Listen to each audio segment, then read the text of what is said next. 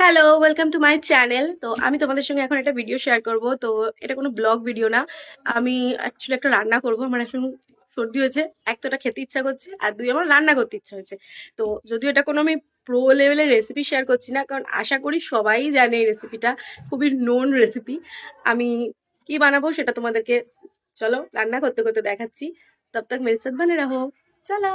আমার ঘরে চিকেনের ব্রেস্ট পিস ছিল বলে তাই জন্য আমি ব্রেস্ট পিসই নিয়েছি। তোমাদের কাছে যদি উইথ বোন পিস থাকে তোমরা উইথ বোন পিসই নিও। তো ফার্স্টেই এখানে আমি কার্ড দিয়ে দিলাম অ্যান্ড সর্ষের তেল দিলাম, আর তার উপর দিলাম হচ্ছে একটু গোলমরিচ গুঁড়ো। সেটা দিয়ে একটু বেশিক্ষণ ধরে লাগবে না, 10 মিনিট ম্যারিনেট মতো করে রাখলাম। তারপর তাতে দিলাম ধনে পাতা, পুদিনা পাতা, রসুন, আদা আর কাজু বাদাম আর কাঁচা লঙ্কা। এটার একটা পেস্ট বানিয়ে নেব। আর বলে দিই রান্নাটা কি বানাচ্ছি, সেটা হচ্ছে মাই কাইন্ড অফ হরিয়ালি চিকেন। পুরো প্রপার আমি রেসিপি ফলো করছি না, তো যাই হোক এবার রেসিপিটা বলি। তো এর মধ্যে একটুখানি লেবুর রসও দিয়েছি, সেটা আশা করি তোমরা ভিডিওতে দেখেছো। কড়াইতে তেল দিয়ে তেলটা গরম হওয়ার পর ওতে দিলাম গোটা গরম মশলা। তারপর পেঁয়াজটা দিয়ে একটু ভাজা ভাজা হলেই তার মধ্যে দিয়ে দিয়েছি হচ্ছে পুরো ম্যারিনেটেড চিকেনটা।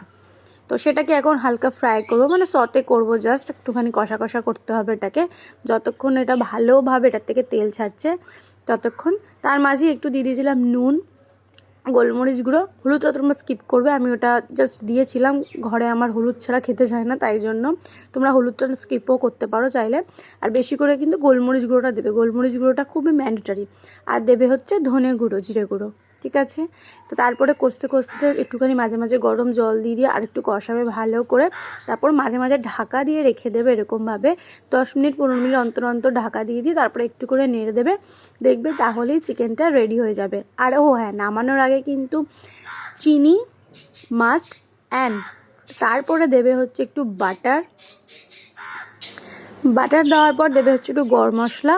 ব্যাস, আমার রান্না তো রেডি। এটা একটুখানি ঢেকে রেখে দেবো যাতে ওই বাটার আর গরম মশলার গন্ধটা অ্যাবজর্ব করে নেয়। ব্যাস, আমি খাবারটা এনজয় করি। দেখতে কিন্তু খুব সুন্দর হয়েছে, ফটোতে যতটা না ভিডিওতে যতটা না বোঝা যাচ্ছে তার থেকে বেশি ভালো লেগেছিলো কালারটা। খেতে দারুণ হয়েছে। তোমরাও একদিন বানিয়ে আমাকে কিন্তু ট্যাগ করতে ভুলো না। Tata, by.